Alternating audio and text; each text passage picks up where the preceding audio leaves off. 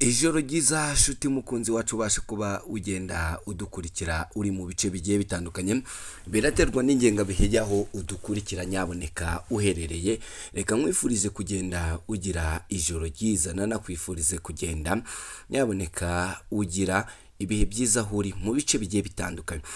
Ndaza kuba ngenda ngaruka mu gitero, ni igitero cya drone ya FARDC cyahitanye abasivile barenga bagera kuri batanu, ndetse cyakaba cyakoze n'izindi operation mu gace ka Karenga hano mu gihugu cya Repubulika Iharanira Demokarasi ya Kongo, nyuma yuko haje kuba hagenda humvikana agahenge kasimwe mu masezerano, ndetse n'amasezerano ubu nikigije gahabwa agaciro, dore ko abatari bakeya baje kuba bagenda batekerera mu bitero bikomeye cyane bikomeje kuba bigenda bibera hano muri Masisi, nk'uko ndaza kuba ngenda mbigarukaho. Ndaza kuva ahangaha muri Masisi nyaboneka nderekeza mu gihugu cy'u Burundi. Isoko rya Kinamba ryafashwe n'inkongi ikomeye cyane. Magingo aya ngaya hakaba hatangiye kuba hagenda hamenyekana n'icyateye iyi nkongi y'iri soko rya Kinamba mu gihugu cy'u Burundi. Kwibutse ko hano mu gihugu cy'u Burundi ntabwo ari ubwa mbere haje kuba hagenda hasya, dore ko mu myaka yashize hani Bujumbura higize gushya.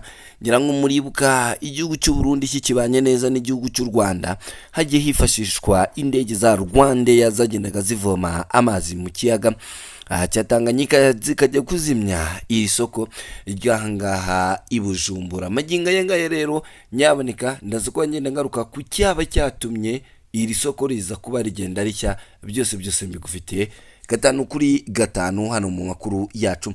Ndaza kuba ngenda ngaruka hano mu gihugu cy'u Rwanda. Mu gihugu cy'u Rwanda abanyeshuri babiri bakubise animateri bamusiga ari inoge. B'abakobwa aba n'abanyeshuri babiri bakubise animatrice wabo bamugiriye intere, akaba ari mu bitaro, nk'uko turaza kuba tugenda tugaruka kuri iyi nkuru. Umugaba mukuru w'ingabo za Rapid Force aravuga ko amaze kugira ingabo ibihumbi 45 cyangwa se ibihumbi 450, nk'uko turaza kuba tugenda tubigarukaho. Abanyarwanda kandi bamaze gutahuka kuva muri 23 yafata umujyi wa Goma barenze 8,500, nk'uko ndaza kuba ngenda mbigarukaho.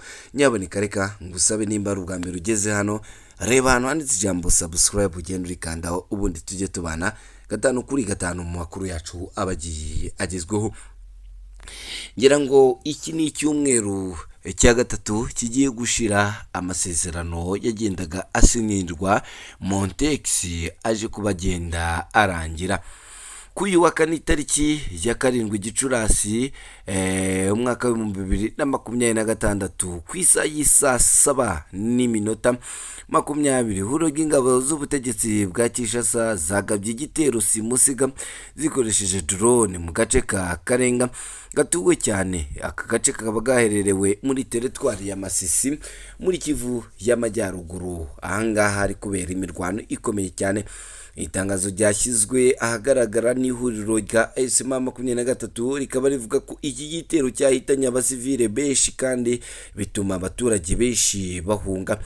Iri huriro kandi rikomeza rivuga ko mu guhangana n'ubu bugizi bwa nabi bukorwa n'ubutegetsi bwa Kinshasa ryongeye gushimangira ko ryiyemeje bidasubirwaho kurengera no kurinda abaturage b'abasivile hohoterwa ibisaso bitavuga, ndetse no kuba aba baturage bakomeza kuba bagenda bahura n'uruva gusenya, ndetse impfu zikakomeza kuba zigenda ziyongera muri aka gace. Ibi bikaba bibaye nyuma yaho rero uyu mutwe w'inyeshyamba za M23 ukomeje kubugenda ugabwaho ibitero n'ingabo za Repubulika Iharanira Demokarasi ya Kongo umunsi ku wundi, ari n'akabaturage bakomeza kuba bagenda bibaza aho ibi bizagenda birangirira. ku rundi ruhande ibice bigiye bitandukanye bya mu gihugu cya Repubulika na Demokarasi ya Kongo bikomeje kuba bigenda biberamo imirwano, dore ko ku munsi w'ejo nibwo twagendaga tugaruka hano muri Karehe ahaje kuba hagenda habera ibitero bikomeye cyane byaje kuba bigenda bituma abaturage benshi bahunga ndetse bava no mu byabo. Magingo aya ngaya rero aha muri Masisi naho ubona ko ibitero bigikomeje cyane, naho hongeye kuba hagenda haterwa. Ku rundi ruhande nubwo ingabo z'igisirikare cy'u Burundi zikomeje gufatanya n'iz'igisirikare cya Repubulika na Demokarasi ya Kongo kugaba ibitero bikomeye cyane mu bice bimwe na bimwe bya muri Masisi ndetse na Kivu y'Amajyepfo, i Burundi naho ibintu ntibimeze neza. Nyuma yaho kuri uyu wa kane tariki ya 7 Gicurasi wari umunsi uteye ubwoba ku bacuruzi bo mu isoko rya Kinamba riherereye muri zone ya Kinama muri komine ya Ntahangwa mu ntara ya Bujumbura mu gihugu cy'u Burundi, nyuma y'uko ryibasiwe n'inkongi y'umuriro ikomeye cyane. Abatangabuhamya bavuga ko iyi nkongi y'umuriro yatangiye ahagana mu masaha y'isambiri za mu gitondo maze yibasira igice kinini cy'isoko, cyane cyane igice kirimo ibicuruzwa byaka umuriro harimo n'amavuta yo kwisiga. Serivisi zishinzwe kuzimya umuriro zahageze zitinze nyuma yaho gato. Kugeza ku isaha y'isa sita bari bakigerageza kuzimya umuriro, biravuga ko amarira n'agahinda byagaragara mu maso y'ababuze ibyabo byahiriye muri izi nkongi z'umuriro nk'uko bigaragara, dore ko imodoka za gisirikare cya FDNB arizo zariho zizimya iri soko. Inkuru dukesha Iwacu Burundi ivuga ko bamwe mu bacuruzi bagerageje kwishora muri uwo muriro ngo barebe ko hari icyo bakora, ariko abashinzwe umutekano barababuza ku mutekano w'aba baturage. Guverineri w'intara ya Bujumbura ndetse n'umuyobozi wa komine Ntahangwa basuye aho hantu hagiye habera iri sanganya, bose bagenda bahumuriza abaturage ndetse banabizeza ko bazagerageza uburyo bwo kubafasha mu buryo bushoboka bwose bwatuma bongera kuba bagenda bazura cyangwa se bubura umutwe. Ni mu gihe mu gihugu cy'u Rwanda ingoma abanyeshuri bagera kuri 2 b'abakobwa bahondaguye animatrice wabo bamugira intere. Abanyeshuri 2 b'abakobwa biga mu kigo cy'ishuri cya EAV Gitwe giherereye mu murenge wa Rukara, akarere ka Ngoma, batawe muri yombi nyuma yo gukubita no gukomeretsa bikomeye umurezi wabo animatrice. Ibi bikaba byabaye nyuma y'uko bakaza gutorokera mu ishyamba riri hafi ya ririya shuri. Raporo yakozwe n'inzego z'ubuyobozi zo mu kagari ka Kibatsi byabereyemo bakaba ivuga ko buriya bugizi bwa nabi bwabaye kuva ku wa 4 itariki ya 7 Gicurasi umwaka w'2026. Abakobwa bakekwaho iki cyaha ni Mukabaranga Clarisse w'imyaka 20 na mugenzi we Sharon Anne Marie w'imyaka 20. Amakuru akaba avuga ko aba banyeshuri bombi bakubise animatrice wabo witwa Nyirabagenzi Serafina ubwo bari bageze aho barara bavuye gusubiramo amasomo. Bikavuga ko bamukubise bakoresheje umukoropesho bikamuviramo gukomereka bikomeye cyane. Nyuma yo gukora icyo gikorwa abo banyeshuri bahise basimbuka igipangu cy'ishuri bajya kwihisha mu ishyamba rya leta riri munsi y'umuhanda wa kaburimbo hafi y'ahahoze akagari ka Kibatsi, nko mu kilometero kimwe uvuye mu kigo cya EAV Gitwe.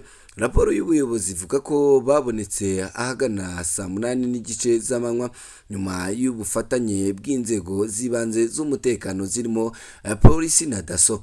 Nyuma yo gufatwa bahise bajyanwa kuri sitasiyo ya RIB kugira ngo bakurikiranwe. Ni mu gihe Nyirabagenzi Seraphie yakubiswe yamaze gutanga ikirego muri uru rwego rw'ubugenzacyaha RIB. Ubu iki cyaha kikaba gikomeje kuba kirushaho kuba cyagenda gikurikiranwa, dore ko uyu yakomeretse kandi bikomeye cyane, akaba ari kuba abasha kuba yagenda ahabwa ubutabazi.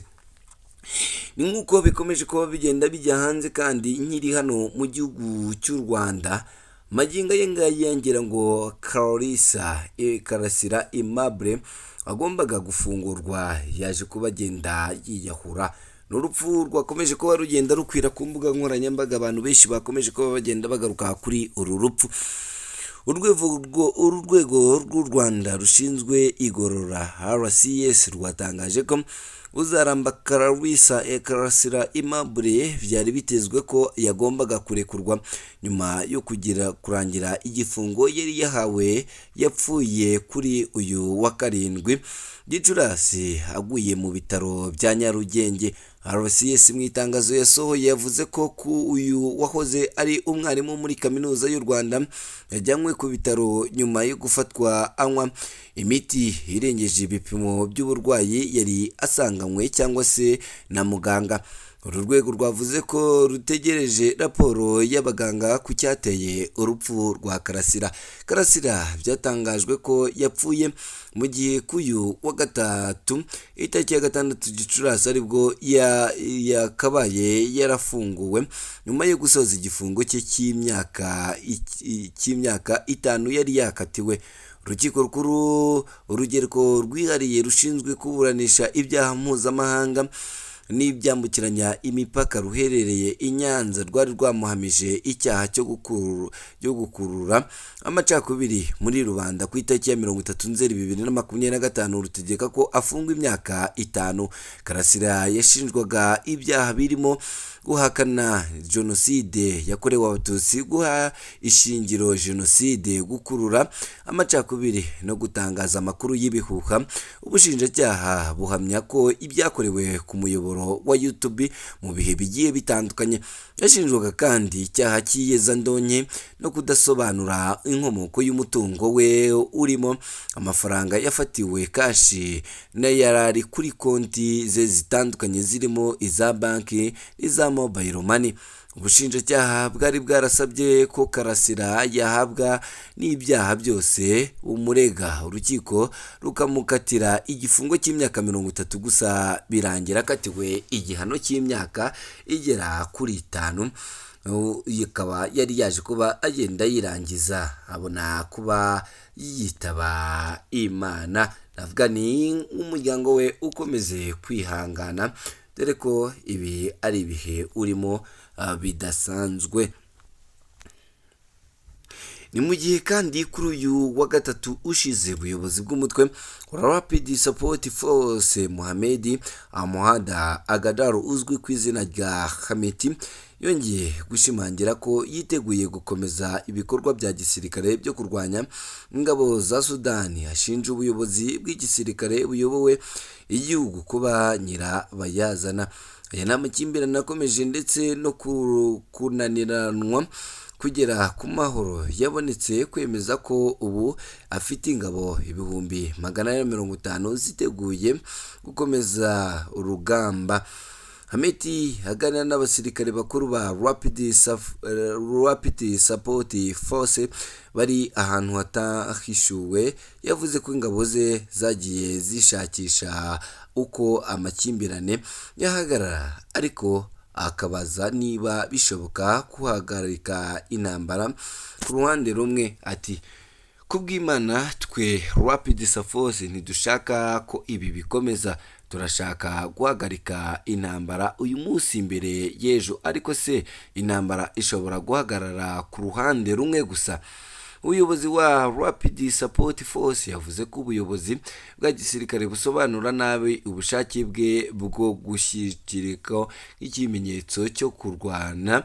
Yongera ko ibi bikomeza kuba bigenda bituma abaturage babirenganiramo kandi ko bizagenda birushaho kuba byishe umunsi ku wundi.